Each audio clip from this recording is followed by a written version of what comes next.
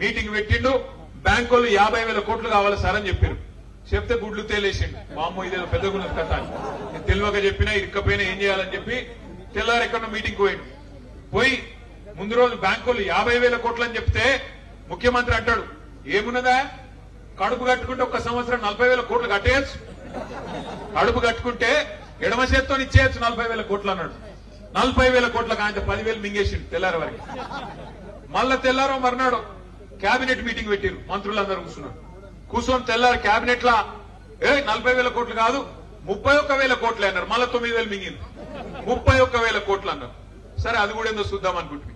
మళ్ళా మేమందరం నేను ప్రశాంత్ అన్న అసెంబ్లీకి పోయినాం, సీనన్న కౌన్సిల్కి పోయినాం. పోతే బడ్జెట్ పెట్టిరు. బడ్జెట్ లో చూస్తే 26,000 కోట్లే అన్నారు. మళ్ళా 5,000 కోట్లు మింగింది.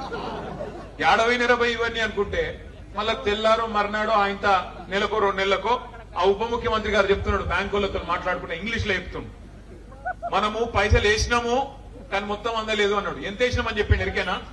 12,000 కోట్లు. కథ మొదలైంది 50,000 కోట్ల కాడ, కథ ముగిసింది 12,000 కోట్ల కాడ. అంటే మరి 38,000 కోట్లు ఏడవైనాయి, ఎక్కడికి పోతున్నాయి? ఎటు? పక్క మాట టకీ టకీ మనం పడుతున్నాయి అన్నాడు.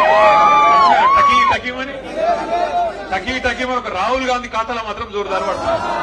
టకీ టకీమని మూటలు మాత్రం ఢిల్లీకి పోతున్నాయి.